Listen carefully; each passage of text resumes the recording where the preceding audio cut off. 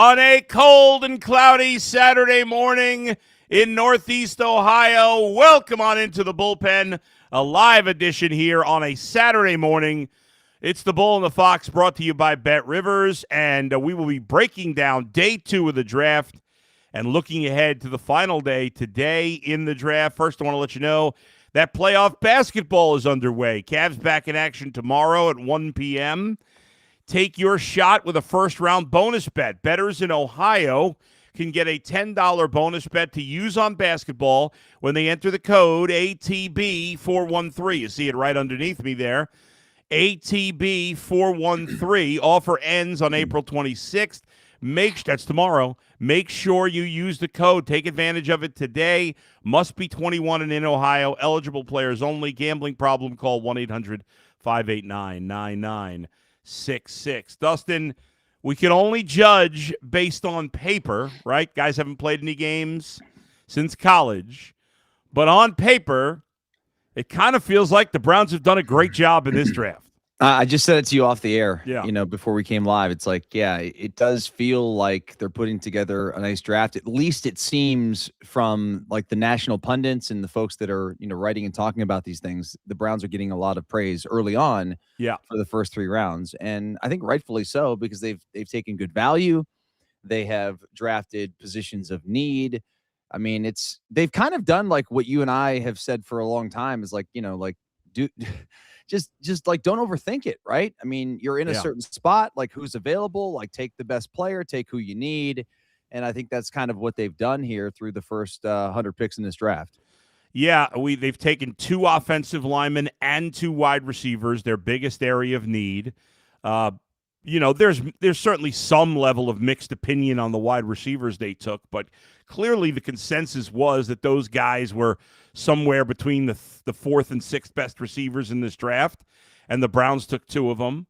They took the offensive lineman that a lot of people think is the best one in this draft, or certainly in the conversation to be in the best one in the draft. But let's focus on what they did specifically yesterday, because we already talked about Spencer Fano and Casey Concepcion when we were on late Thursday night. Yesterday, they had 3 picks. They moved around, made a bunch of deals, and we'll talk about what they got ahead of them today. They double after taking the receiver Concepcion late in the first round.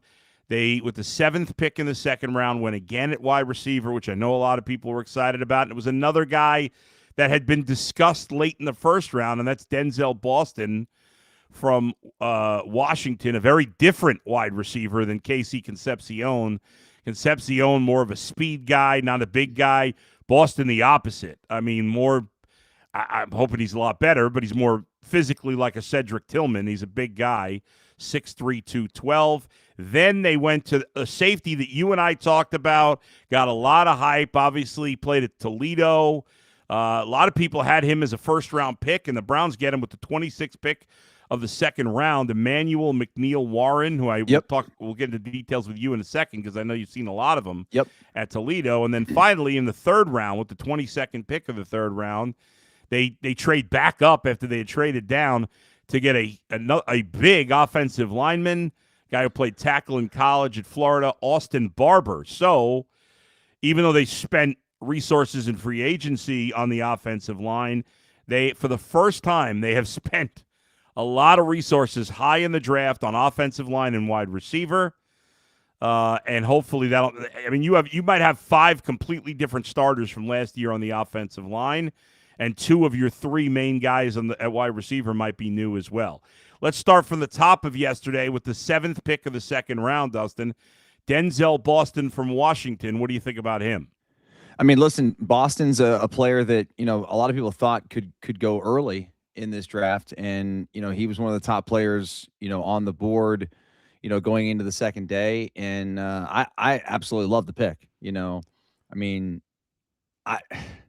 so many, even my son was like, man, Denzel Boston, I would love to see the Bills get him. You know what I mean? Right. So I think that is a nice pick. I like that they're going after guys who were productive from bigger programs. I mean, I love the idea that they went back-to-back wide receivers in the draft. You know what I mean? Which they haven't done in sure forever. A position of need. Yeah. And, what we've had on the roster, Jerry Jeudy's been okay at times, but nobody else in that room gives anybody fear. You know what I mean? So this is exciting to have two new young faces in that room with a lot of explosion, a lot of skill. Hopefully they can catch the football. That was my one concern with Concepcion. We talked about that on Friday. But no, I like the pick. Yeah, I do too. I mean, he's not a speed guy, but he's a big guy with good hands. And, they don't need him. Jerry Jeudy and Casey Concepcion, those guys are very fast. But you look at the potential of a wide receiving the starting receivers being Jeudy, Boston, Concepcion. I wonder if Cedric Tillman is gone now. I know he's got 1 year left, but I mean, could be the 4. but I would think Isaiah Bond, who they have under team control for longer than Tillman, and he brings a little different look. Might be the 4, but who knows? I mean, I guess they could be the 4 and the 5. We'll see. But they probably won't. I can't imagine that they'll move on from Tillman this early. I mean, he's got a year left on his rookie contract, right? I mean, he'll probably be here. At least he'll compete. But I think that when you look at it, Boston and Concepcion kind of complement each other. Yes. Like if you were trying to draft one receiver to be more of like the speed guy that can do a lot of different things, can take the top off of defense, and then you have the other guy in Boston who's like a big body dude who can certainly be more of a possession guy, can be a big target in the red zone, can go make contested catches. Like that's the opposite of Concepcion. I mean, he's not going to make the contest. I mean, not that he can't do that, but that's not what he's known for. Right, I mean? right. And, again, on paper, you now have a wide receiving core and an offensive line that should be a lot better. And you already have a starting tight end and a starting running back. So, now listen, guys, there's a lot to prove. You're a rookie, just like any other rookie drafted in these 3 days. But on paper, the Browns, there's doesn't seem to be the excuse that we've had for the quarterbacks the last couple of years that there's no talent. The Browns have spent high draft capital and money in free agency to improve the offensive line, and they've spent very high draft capital to improve wide receiver. Now let's see if it happens. By the way, both Denzel Boston and Emmanuel McNeil Warren, who we'll get to next, according to ESPN, this is a combined rankings from the ESPN draft guys, were ranked 23rd Boston and 21st McNeil Warren as in their analysis. So they have the Browns. They actually have Concepcion lower at 32, but they have the Browns getting 4 of the top 32 players in this draft. Let's talk about Emmanuel McNeil Warren, because I know you've seen a lot of this guy. You liked him. We talked about him before the draft. He played safety at Toledo. He made a big name for himself there. Apparently his 40 time wasn't amazing. Yeah, not like the best, like on paper in terms of like track speed. Yeah, but dude, he's got range to play safety. I watched him play safety. I mean, the guy can cover, numbers to numbers, hash to hash, however you want to say it. You're talking about range, being able to cover the entire field, and he did that at a high level, from sideline to sideline. I think he obviously can make plays on the football. Had a lot of interceptions in college. He's got great football IQ. He gets his hands on the ball a ton. I mean, there's just the weakness is, I would say, like, he's not going to be like a big time thumper, in terms of, coming up in the box, and, he's not going to be like a Mike Doss or like even a Caleb Downs, maybe even to some extent. Zach Jackson's calling me right now. He doesn't know I'm live. Yeah. I was trying to call him earlier, but no, I mean, he's certainly somebody that's going to fit with the Browns. I think the one thing that he does really well, and they did a lot of this in Toledo, was like they disguise their safeties quite a bit. And to disguise safeties, you have to have a guy who's really smart and can, because sometimes guys just have to like start where they're supposed to be, as opposed to like try to do more than they're asked to do. Like, if you're trying to show cover 2, and then you're going to move to cover 3, that's kind of a simple disguise, but. And he did a lot of that. And we know that in this defense, there's going to be a lot of that. You're going to ask for a lot of versatility. I'm excited about it. I mean, he stays sort of close to home, played for Toledo. Now he's going to be just about an hour and a half away from where he went to school. So pretty cool. Here's, according to Scouts Inc., this is what they said about McNeil Warren. He's a natural box safety who has length. He's quick to get downhill and make tackles, does a good job of setting the edge while playing with physicality and strength. at the point of attack. McNeil Warren is good in coverage, but he'll need to improve in that skill at the next level. He has a knack of showing up around the ball with 8 career forced fumbles and 5 interceptions. For Denzel Boston, by the way, it says Boston is a big-bodied receiver who led the Huskies in receiving yards in 2025. He has good acceleration off the line of scrimmage when he gets free release. He plays strong and has a durable frame. Boston settles into windows and provides the quarterback with a nice target versus zone looks. When playing the ball, he can go up and get it in the air, and he adjusts well on poorly thrown passes. Though he did not run a 40-yard dash at the combine and doesn't display the top-end speed to create separation, his ability to catch a contested ball can be utilized at the next level. Boston's strong hands allow him to control the catch to the ground. After the catch, his size and running demeanor made him hard to bring down at the collegiate level. So certainly some good things to hear about both these guys. Remember, in terms of safety, and the Browns have taken, obviously, been heavy offense, which we expected, 4 out of 5. In terms of safety, both Grant Delpit and Ronnie Hickman, who were the starting safeties last year, are free agents at the end of the year. We'll see if the Browns try to bring back one or both of them. I would think McNeil, Warren, Dustin, Grant Delpit's going to be a starter, but Ronnie Hickman's been a nice find as an undrafted free agent. But I would think McNeil Warren has, as a third-round pick, has a decent chance to start over Ronnie Hickman this year. Well, I mean, I would certainly expect that, to be that. He was, what pick was he, 58? McNeil Warren? Yeah. Oh, yeah, I thought he's a third-round pick. He was a second-round pick. Second-round pick, better start. Yes, 100%. Better start, yeah. 100%. I mean, maybe not from day one, but by year 2, this guy better be an everyday starter for the Browns, I think. Yeah, I mean, the guy, even the third-round pick, to me, you draft a guy in the first 2. Obviously, the first-round pick, you expect them to be the first-round picks. You expect to be starters right. I expect Boston, Concepcion, and Fano to be playing right away. And in terms of McNeil Warren, I think he's a starter at some point in his rookie year, if not immediately. Austin Barber, who they will get to next, who's another offensive tackle. I'm not sure if he's starting right away. They did trade for Titus Howard to play right tackle. Obviously, he's an older player, but it'll be interesting to see what the plan is. Obviously, some people think Fano is going to move off a tackle. But I just can't imagine you drafted a guy at 9 without having the intention, at least initially, of seeing him as a left tackle. I think if you saw him as a guard, a center strictly, I don't know that he gets drafted that high, but I agree. Who knows? I think he's got to be left tackle. Yeah, at least initially. Now, in the end, if he's a guard or a center and he's great at that position, okay, fine. That's good. But I think initially you draft him that high, you're expecting him to be a left tackle. The only concern with him really is that he's not huge. The kid they drafted in the 3rd round, Austin he's going to be a Barber. Guard. He's going to be a guard. Oh, you think he's going to be? Oh, they're moving him to guard? I mean, I think so. I mean, I'm not for sure, but I know that he's like a road grader. Yeah. Like a really good run blocker, and to me, it would make some sense. I know he's like 6'7", though, right? He's 6'7", 318. So he's not crazy weight, but he's very tall. Yeah. But he's very tall. I mean, it's almost a little tall maybe for a guard, but I everything that I read about him is that they could see the Browns playing him at guard. So that makes sense. And he could start too.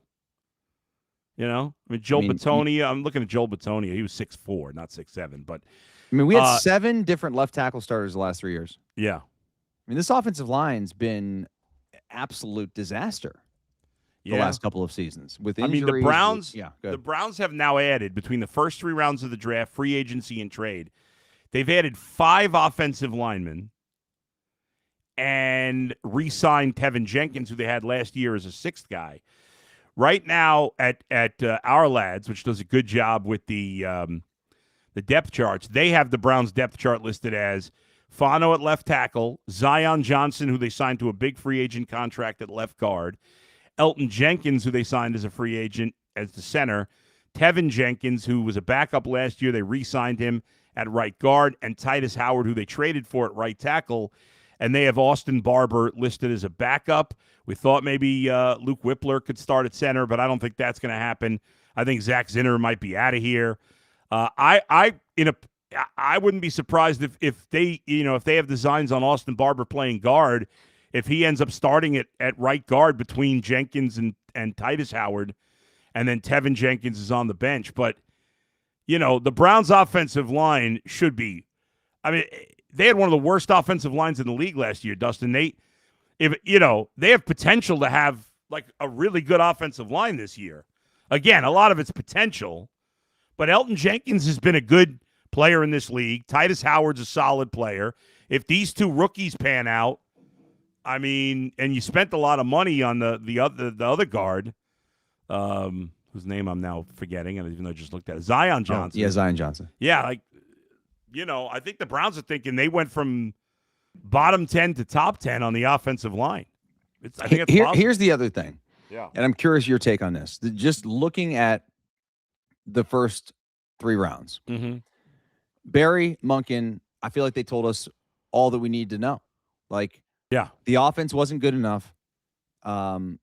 They were trying to reset. They're trying to recalibrate this thing. Yeah. And what they did was they went 2 tackles, 1 guard / tackle. Yeah. 1 tackle, 2 offensive linemen. They went size, speed, flexibility at wide receiver.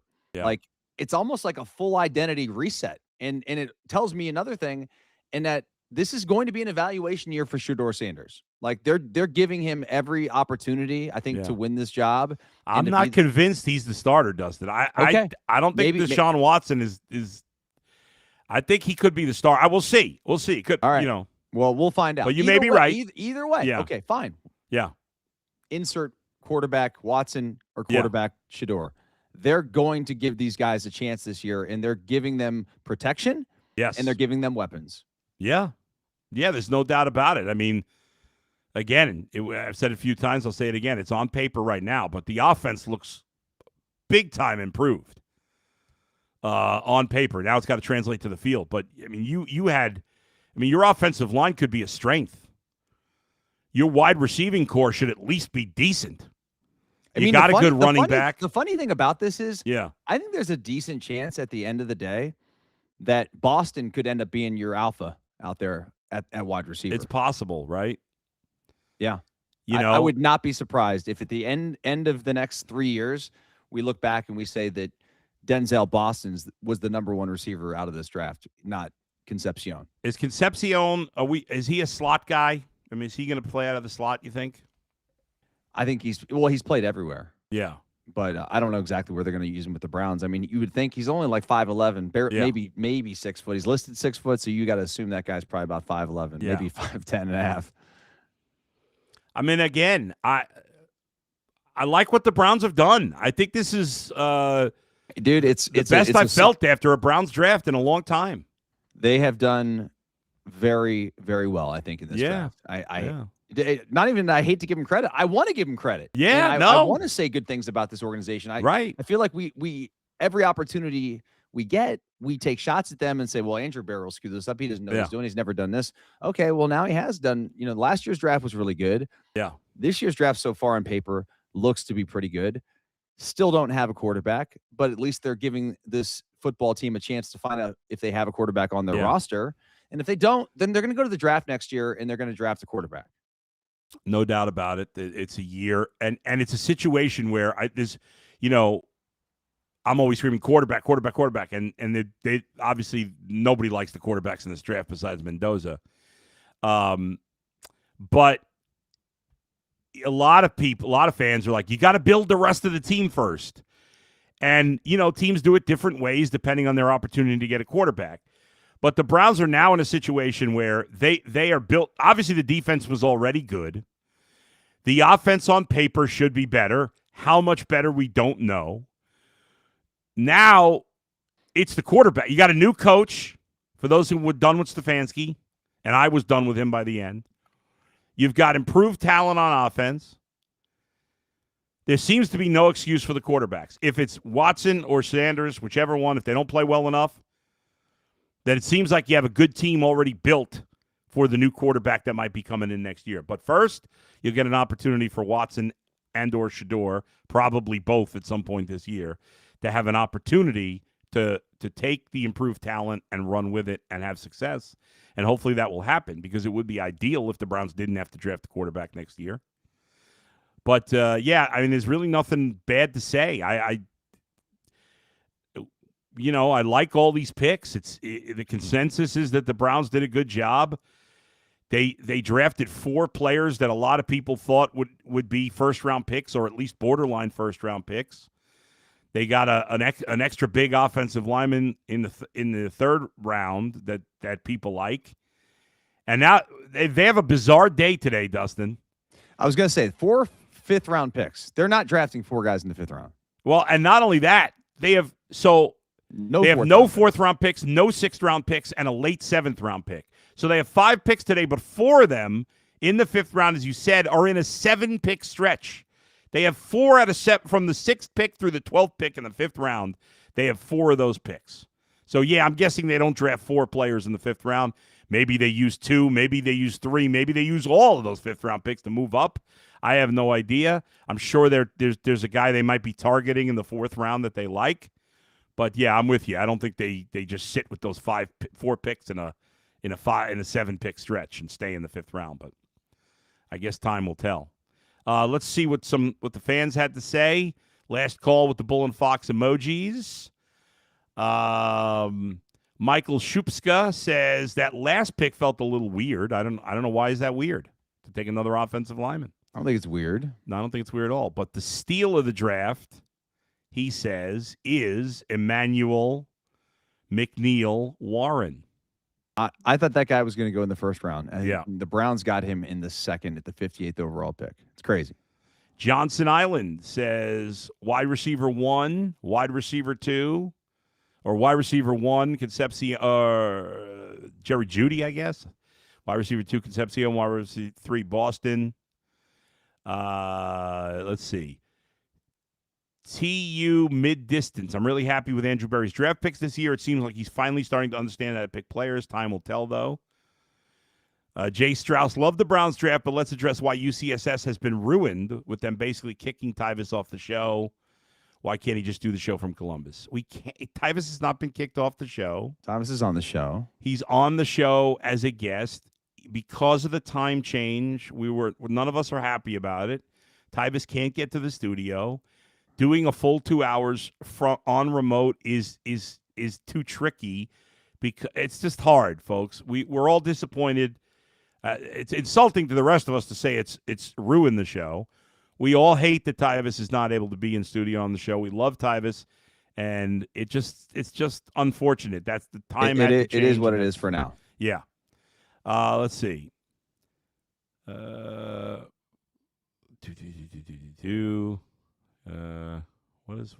lost my place here. Okay, hold on. I didn't realize we had so many chats. So we didn't kick Tyvis off the show. We certainly wouldn't do that. And Tyvis has been on the show and will continue to be on the show from the road, but not for the whole show, unfortunately. Let's see. Halim says, it's important to note in his interview yesterday, Fano said he was never asked to work out at center. They asked if any non-centers wanted to show they could snap the ball, and they wanted to do it. Joe Kabak, love the McNeil Warren pick. Who is the GM the Browns have the last year, and what has he done with Andrew Berry? Halim says, Zach Jackson and many others spread the incorrect narrative that Fano was asked to work out at center. Okay, maybe there was some miscommunication there. We'll have to double-check that. Cleveland Sports 216. Bull looks like we lost 3 pizzas worth of weight. You have. More than that. More than that. I'm down to 3. I weighed in this morning. I was 301.4 because I'm anxious to see when I get under 300. New name should be Bull in the Mustache.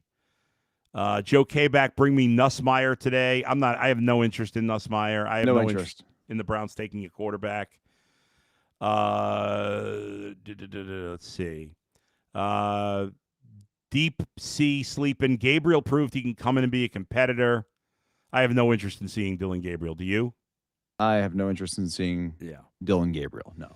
Karen Phillips, hi Bull, hi Fox. I love our draft picks. This is the most normal draft we've had in a long time. Browns forever. Yeah, it feels like the Browns. Like obviously the Browns did a really good job in the draft last year. I don't know that we felt great about it right now, like going into the final day, but they did great, so but today I feel even better about it.